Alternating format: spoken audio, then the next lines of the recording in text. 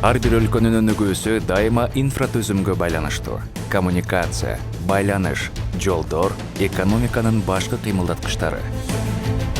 Экономика соода саттыктын эсебинен гана эмес, заманбап жолдор бар болгон үчүн да өнүгөт. Бул жашоо.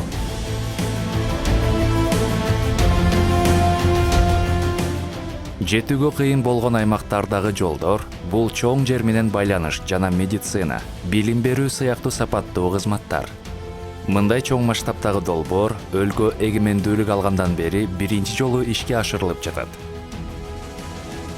Бирок куруучулар кандай кыйынчылыктарга туш болду? В этом фильме мы расскажем, почему эта автодорога считается самым масштабным проектом в истории Кыргызстана. Бул жаңы инженердик чечимдер, инновациялык мамиле, уникалдуу иштер. Такого сложного участка, как Орал, например, Казарман, Таран, Базар, не было.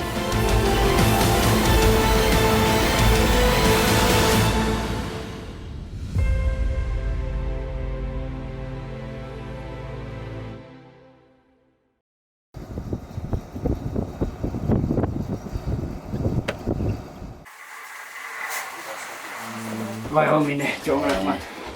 Aspirin, da bel dastırıla, rahmat bakalım. Murunku joldu көрүп атасың. Рыскысын өтө кыйын негизи. Кудайла эле айдайсың. Эми болот.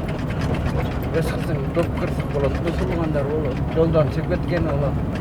Жолду эми буюрса салып атат да. Жакшы салып берсе, эмеси сапаты жакшы болот. Бискетлер жакшы болмок.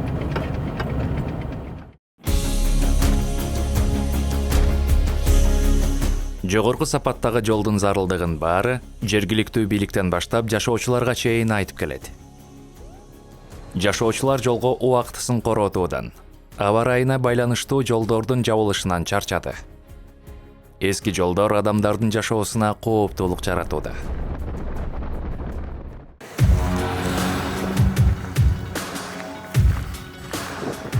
Ушундай жолдун айынан ушундай кырсыктар көп болот да, бияктан КамАЗдар жол бербей, ушундай болот. Мына шагыл бияктан кичине жээкке чыксаңыз, уже тоголонуп жээкке чыгат. Мына жаңы эле ушундай кырсык болду да.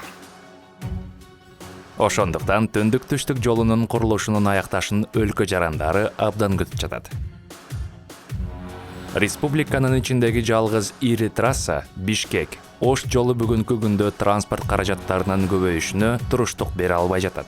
Ошондуктан өлкө жаңы унаа жолго муктаж. Бул трасса бүгүнкү күнгө чейин өлкөнүн түндүгү менен түштүгүн байланыштырган жалгыз жол. Ошондуктан аймактарды байланыштыруу үчүн альтернативдик жол керек. Түндүк-Түштүк деп аталган альтернативдик унаа жолдун курулушу олуттуу социалдык саясий мааниге ээ. Ал өлкөнүн бардык аймагын бириктирет. Строительство такой магистральной дороги даст не только импульс, скажем, макроэкономический, увеличение ВВП страны. Это повышает стоимость районов, которые расположены вблизи этой трассы. Они получат, скажем, большой толчок для экономического развития. Вблизи этой дороги расположены месторождения, стоимость которых также повысится. Альтернативдик вариант боюнча, Жалал-Абад менен балыкчы шаарларынын бириктирген жол Бишкек-Ош жолунан 300 чакырымга кыска болот.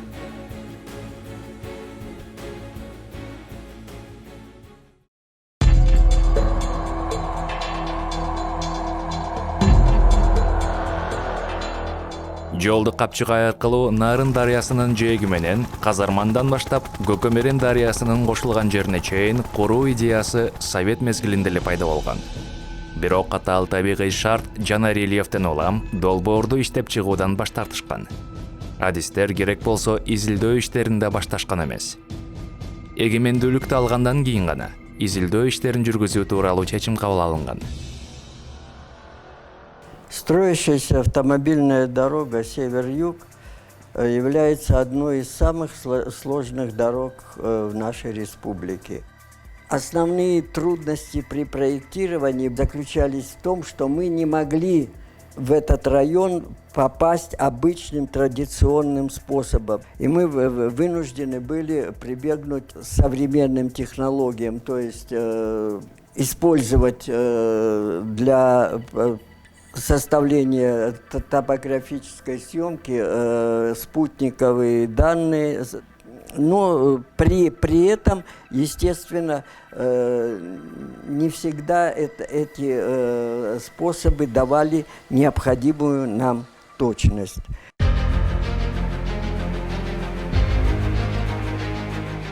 Муну менен катар эле трасса келечекте куруу пландалган кубаттуу 2 гидроэлектростанция Камбар ата ГЭС 1 менен Тогуз-Торо ГЭСи жайгашкан жерге курулушу керектигин эске алуу зарыл болчу. Жердин бир бөлүгү суу сактагычка бөлүнүп берилет.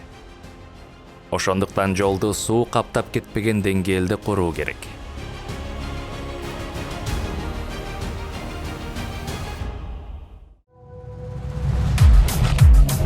Өлкөдө биринчи жолу эстакадалык көпүрлөр курулуп жатат. Бул ири курулуштар Нарын дарыясы аркылуу өтөт.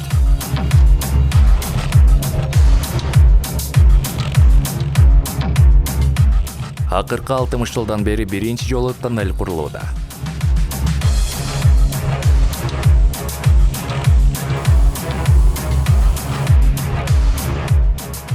Заманбап Кыргызстандын тарыхында биринчи жолу 2 категориядагы унаа жол тоолуу аймакта нөлдөн баштап курулуп жатат.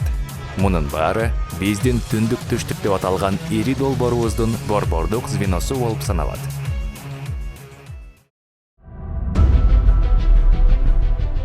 Жолдордун курулушу масштабтуу иштер. Жолдун дээрлик жарымы адам баспаган жерлерде курулууда. Куруучулар Фергана тоо кыркаларынан, Нарындын толкундуу суусунан өтүп, бийик аска зоолуу аймактарда ондогон чакырымды багынтышат. Мамлекет жетекчилиги курулуш абдан оор экенин түшүнгөн.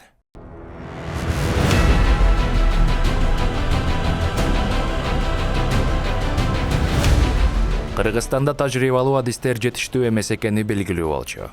Ошондуктан курулушу абдан катаал болгон тилкелерге ири долбоорлорду ишке ашырууда чоң тажрыйбага ээ болгон чет элдик адистерди тартуу чечими кабыл алынган.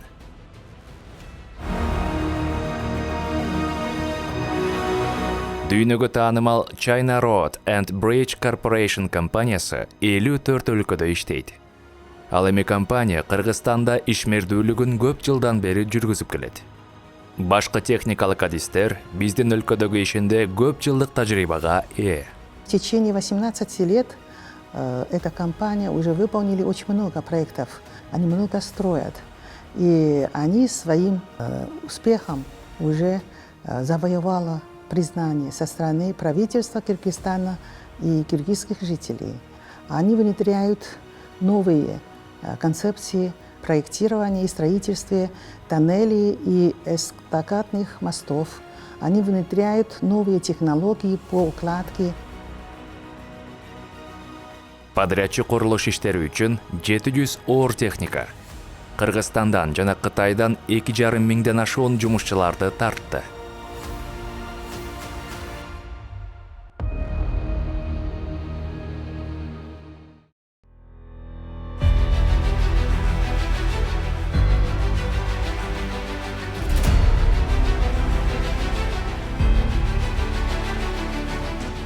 Түндүк түштүк долбоору алгач бир нече фазага бөлүнгөн.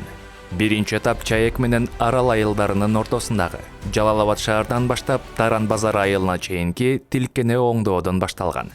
Экинчи эң оор этап Көгөр ташуусу аркылуу Көкөмерен, Нарын дарыяларынын жээгиндеги Болуңдуу тоонун бооруна жол куруу. Жалпы долбоор көп типтүү курулуш. Ал бир типтүү курулуштан айырмаланып, өндүрүштүк масштабтагы жыйнактуу жана бат түзүүгө жол бербейт. Ал эми бул курулуш иштеринин ар бирине чыгаша көбөйөт дегенди түшүндүрөт.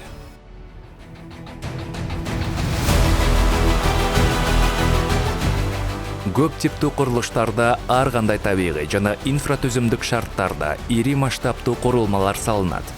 Бул тоолор, ашуулар, дарыялар аркылуу өткөн жолдор. Ар бир тилке өзгөчө мамилени талап кылат. Башкы инженер Ибрагим Өсөров бир тилкенин мисалында жумушчулар кандай кыйынчылыктарга кабылганын айтып берет. Вот мы сейчас стоим на 253-м километре нашей дороги второй фазы. Это вот самый сложный участок на нашем участке. Когда мы начали строить эту дорогу, здесь вообще дороги не было. Ответственные скалы это. Даже тропы не было, подойти невозможно было. Мы со стороны, обратной стороны горы построили технологическую дорогу. Технологическая дорога тоже очень сложная была построить, поскольку рельеф тоже очень сложный. От верхней точки до уровня реки сколько метров? Метров 300, больше. И из них мы 128 метров понизим и строим дорогу нашу.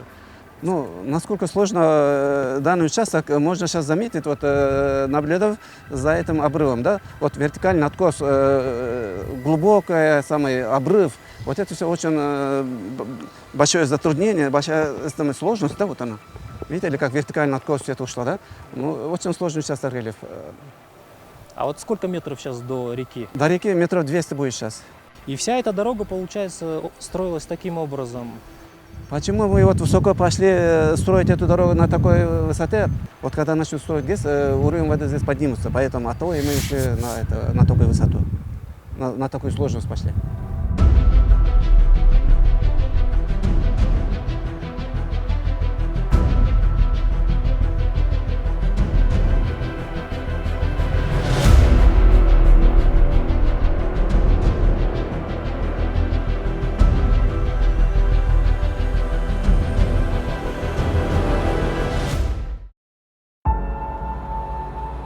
Көп учурда сандарды жолдун бир чакырымынын курулушунун баасы боюнча салыштырышат. Бирок курулуш жаңыбы же сөз реконструкция же капиталдык оңдоп түздөө тууралуу болуп жатканын эске алынбайт. Тоолуу жана тоо этегиндеги аймактардагы жаңы жолдун бир чакырымынын курулушунун жалпы баасын буга чейин курулган жолду оңдоого кеткен каражат менен салыштырууга мүмкүн эмес. Там же все начиналось с нуля. Кроме того, разве можно сравнить выемки по 30-50 метров в скальных породах, буровзрывные работы и так далее? Такого сложного участка, как Орал, например, Казарман, Таран, Базар, не было.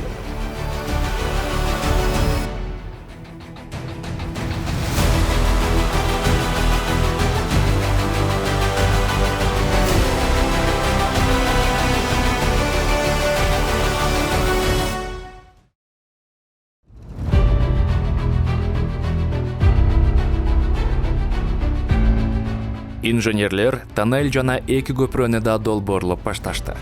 Эки долбоор тең Кыргызстан үчүн ири масштабтагы долбоорлор. Өлкөдө курулуш боюнча тажрыйба жок. Кытай жана Россиядан адистер жардамга келишти. Биргелешкен аракет менен долбоор даярдалып, ишке ашыруу башталды.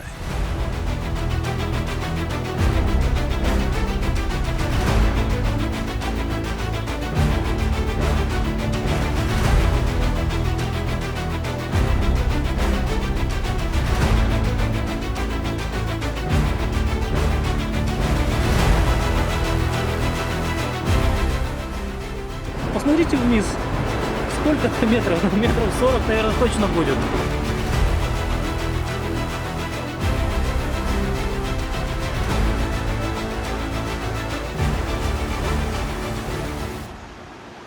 Этот мост, можно сказать, уникальный, потому что нет аналогов даже не то, что Кыргызстан у нас, а даже в Средней Азии нет такого моста. Мост запроектирован в Китайской Народной Республике. У нас проектный институт, просто не приходилось такой мост запроектировать.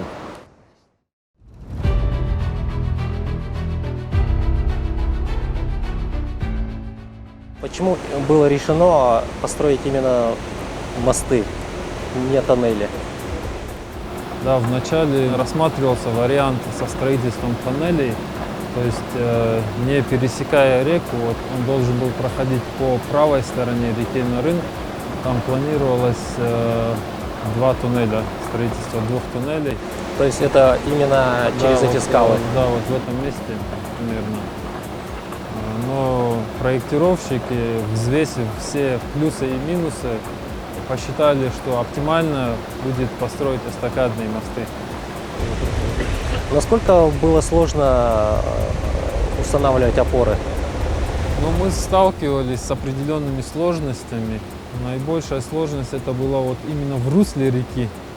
В связи с тем, что в реке Нарын может резко подниматься вода, а для устройства опор там отсыпали специальные насыпи, да, и были случаи, что прям эти насыпи смывали, и ту работу, которая была проделана, ее приходилось заново начинать. Биринчи көпүрөнүн узундугу 1076 метр. Экинчиники 396 метрди түздү. Туурасы 11,5 метр. Туурасы 0,75 метр болгон эки тротуар куруу каралган. Ошондой эле көпүрө жарыктандырылат. Жумуш канчалык оор экенин анын масштабы айтып турат. Мисалы өзгөндөгү свайлер 46 метрге чейин тереңдикке орнотулган. Эгер ага 36 метрлик тирөөчтү кошсо, анда жалпы узундугу 82 метрди түзөт. Бул конструкция абдан чоң, ал Бишкектеги кураттардан 2 эсе бийик.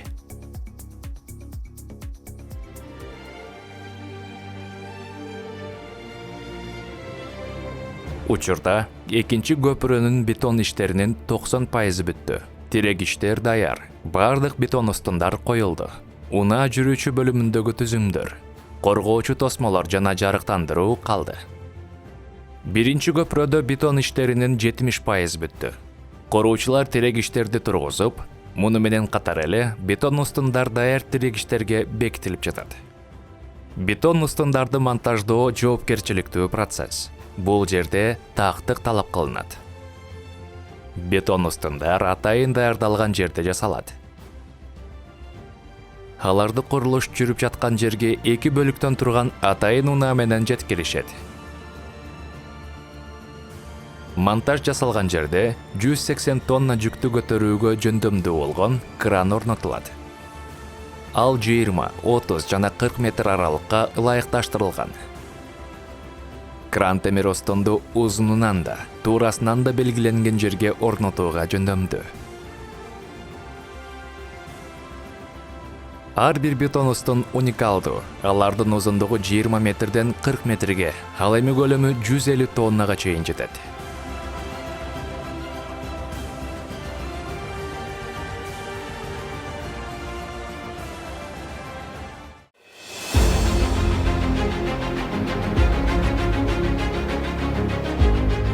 Мы находимся на высоте 2500 метров. За моей спиной Ферганский хребет. И именно через него прокладывается 4-километровый тоннель.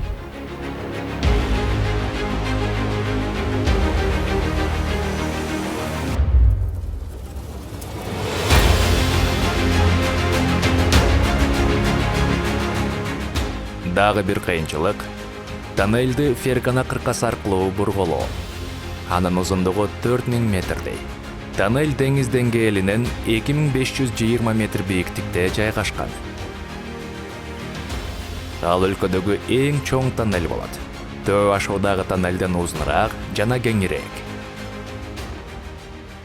Он и длиннее, шире, двухполосный, двухскатный, оборудован вентиляцией, камерами уширения и противопожарными средствами. То есть будут камеры, где будет размещены противопожарное оборудование. Сложно ли было проектировать такой тоннель?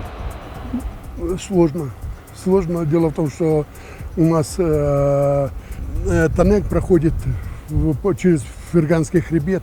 А Ферганский хребет очень малоизученность Ферганского хребта. То есть геология и гидрогеология не изучена практически. Проектирование было выполнено по справочным материалам, по подобранным Кыргыздортранспроектом. Параллельно автодорожному тоннелю мы строим сервисную штольню, то есть отвод воды, бурение дренажных скважин и как бы запасные эвакуационные пути. Между штольней и тоннелем у нас 13 сбоек, через которые будут идти эвакуационные пути в случае аварии в тоннеле.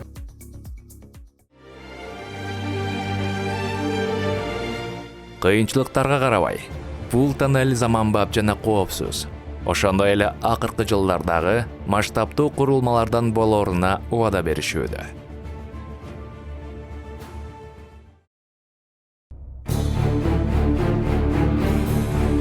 Жаңы жолдордун жана масштабтуу курулмалардын курулушу үчүн алар курула турган аймакка жол салуу керек.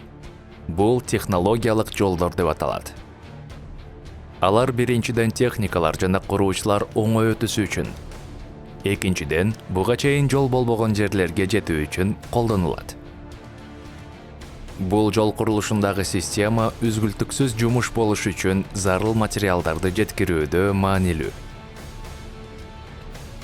Тоо шарттарында 1 чакырым жол куруу үчүн 1 нече километр технологиялык жол салынат. Трудности были отсутствие дорог. Доставка техники очень затруднен был. Пока устроили вот эту пионерную тропу, временную дорогу. И вот здесь очень много временных дорог мы построили. Это называется технологические дороги. Более 150 километров. Хотя мы в оплате включили 52 километра контрактом присмотрим, но они больше 100 километров за свой счет построили временные дороги. Мындай жолдор материалдарды жеткирүүдө маанилүү роль ойнойт.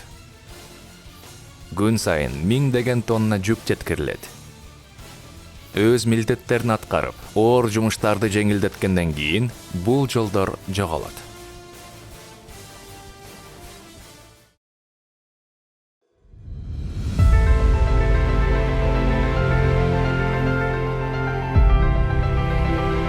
Асфальт бетон төшөө иштери долбоордун ар бир тилкесинде жыйынтыктоочу элемент болуп саналат.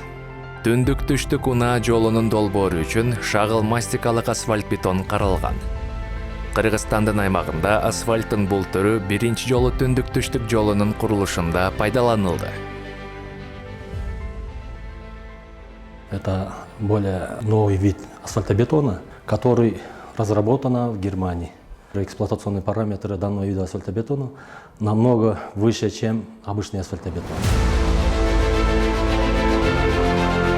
Шагыл мастикалык асфальт бетон колдонулуп курулган же реконструкцияланган жолдордон жөнөкөй асфальт бетон төшөлгөн трассаларга караганда жогорку эксплуатациялык касиеттерди көрүүгө болот. Европадагы изилдөөлөрдө шагыл мастикалык асфальт бетон унаалардын агымына табигый шарттарга туруштук бере турганы далилденди.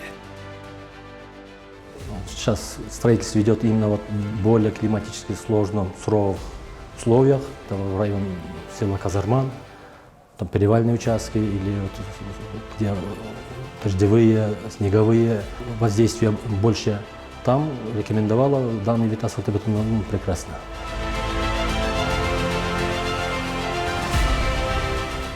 Шагыл мастикалык асфальт бетонду өндүрүү технологиясы жөнөкөй асфальт бетонду өндүрүүгө караганда оорураак. Буга ылайык аны өндүрүү кымбат болот.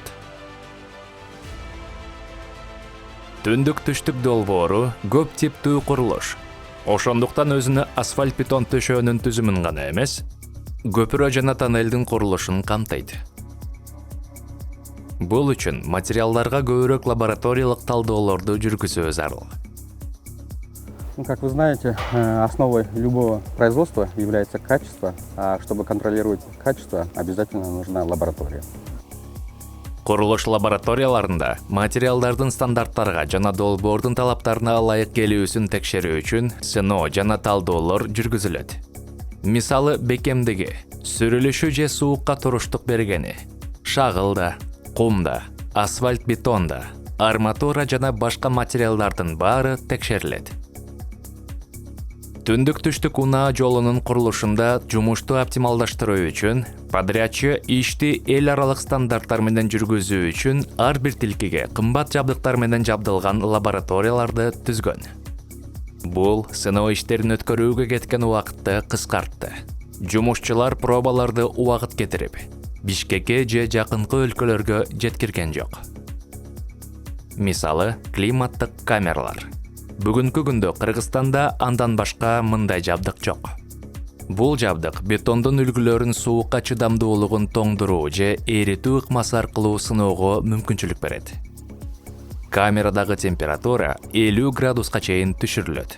Кадимки шарттарда бетондун үлгүлөрүнүн сапаты жана каттуу суукка туруштук берүүсү 12 айдын ичинде текшерилип сыналат. Мындай камераларды колдонуу менен убакытты 3-4 эсеге, 3-4 айга чейин үнөмдөөгө болот. Бул убакытты гана эмес, каражатты да үнөмдөө.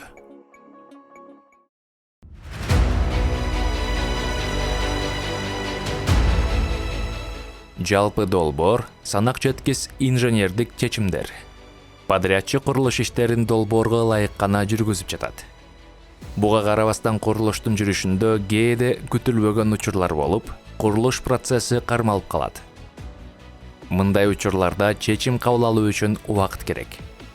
Консультанттар маселени талдап, долбоорду түзгөндөр тиешелүү түзөтүүлөрдү киргизишет.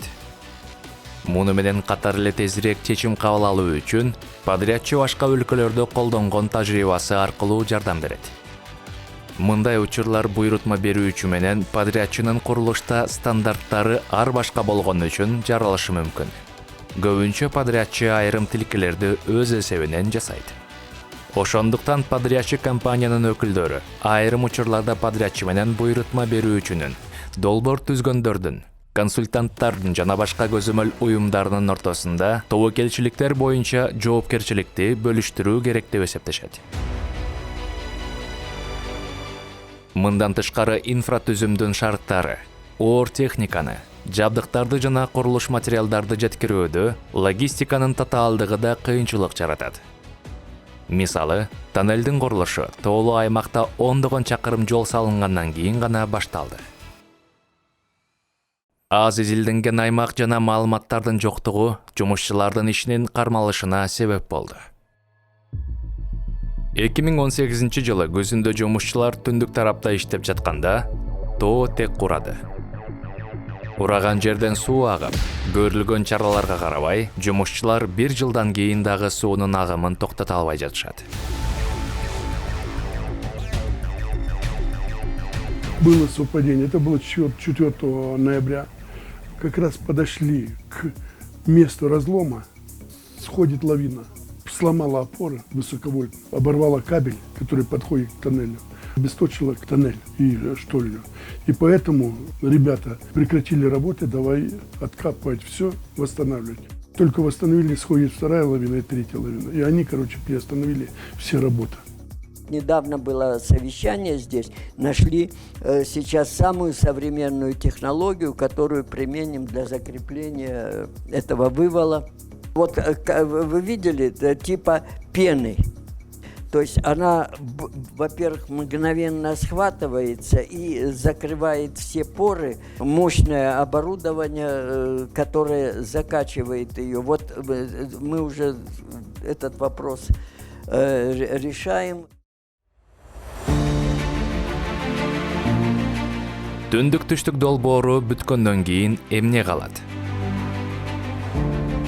Биринчиден, оор табигый шарттарда, бийик тоолуу аймакта жана катаал климатта масштабтуу долбоорлордун курулушундагы эбегейсиз тажрыйба. Кыргыз тарапка тажрыйба жана подрядчынын технологиясы калат. Бул курулуш менен бирге инженердик, адамдык дарамет жогорулайт. Долбоорду Кыргызстандагы адистердин чоң тобу даярдады. Эми алардын баары уникалдуу билимдин ээси. Бул билим келечекте мындан да оор инфратүзүмдүк долбоорлорду, жаңы унаа жолдор жана темир жолдорду курууга керек болот. Сапаттуу бетон аралашмасын даярдоо боюнча ыкманы башка тармактарда, мисалы жарандык курулушта, гидроэнергетикада, айыл чарбасында колдонууга болот. Жаңы альтернативдик унаа жол транспорт жолдорун кыскартып, түштүк аймактан Нарын жана Ысык көл областарына жүргүнчү жана жүк ташууга кеткен чыгымды азайтат. Ал курулганда кең чыккан аймактарга баруу шарттары жакшырат. Там порядка 23 месторождений расположено, к которым мы получим фактически прямой доступ. Повышается транзитный потенциал Кыргызской республики, увеличивается туристическая привлекательность как севера, так и юга. Получается прямой доступ к жемчужине Кыргызстана, да, к озеру Исыкуль. Повысится внутренняя торговля между северными и южными областями, у них фактически там будет 2 часа езды. Вокруг дорог же появляется придорожная инфраструктура, заправки, кафе, гостиницы. Ну, это все бизнес, это все налогоплательщики, это все повышает уровень жизни людей. Тогусторо району кышында байланыш жок болгон башка аймактар менен жыл бою транспорттук байланышта болот. Анан эми мен ойлойм, келечекте бул Тогусторо району үчүн, андан сырткары жалпы Кыргызстан үчүн бул түндүк менен түштүктү бириктирген жолубуз өтө чоң ролду ойнойт. Экинчиден ошол райондун экономикасына, социалдык өсүшүнө өтө чоң оң таасирин тийгизет деп ойлойм. Жолдун боюндагы инфратүзүм жакшырат. Аймактар ортосундагы соода саттык өнүгөт. Кочкор, Жумгал, Тогусторо жана Сузак райондорунда экономикалык жактан өнүгүүгө мүмкүнчүлүк пайда болуп, калктын социалдык экономикалык абалы жакшырат.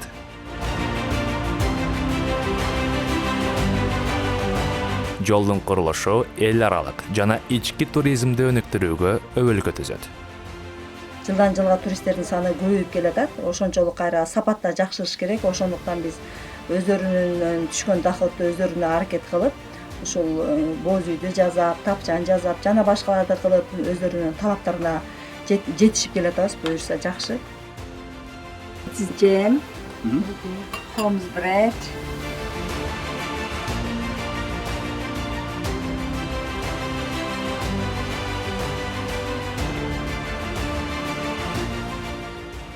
Жол жабылып калган күндөрдө болот. Жолдо деле калабыз. 1 суткалап, 2 суткалап калабыз. Жумалап калган күндөр болот. Ошондо деле элде ушу бизге окшогон коммерсанттар көп. Ошолор менен баарыбыз бирдикте эле элди ушу продукт менен камсыздоого аракет кылып жатабыз. Эми жаңы жол ачылса, тем более жакшы болуп калат го дейм. Товарды арзандап калат болуш керек.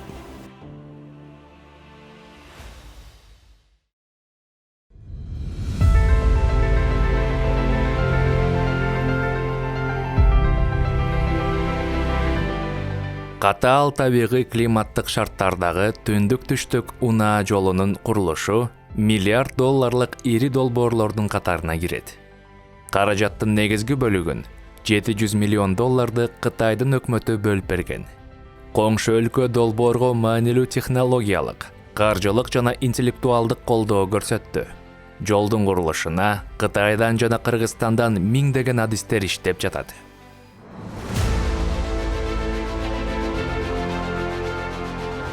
Түндүк-түштүк стратегиялык унаа жолунун долбоорун ишке ашыруу улантылып жатат. Ал 2022 жылы аякташы керек. Долбоорду эки өлкөнүн жетекчилеринин колдоосу, Кыргызстан менен Кытайдын эки тараптуу кызматташуусунун жана достугунун ийгиликтүү мисалы катары кароого болот. В Китае говорят, если хотите разбогатеть, в первую очередь надо построить дорогу. Чтобы построить эту дорогу, китайское правительство выделило льготные кредиты в сумме $700 миллионов США в рамках сотрудничества ШОС. И, конечно, мы уверены в том, что эта дорога будет способствовать социально-экономическому развитию Кыргызстана, будет способствовать повышению благосостояния народа Кыргызстана. Мы желаем, чтобы эта дорога стала дорогой развития, дорогой сотрудничества, дорогой дружбы.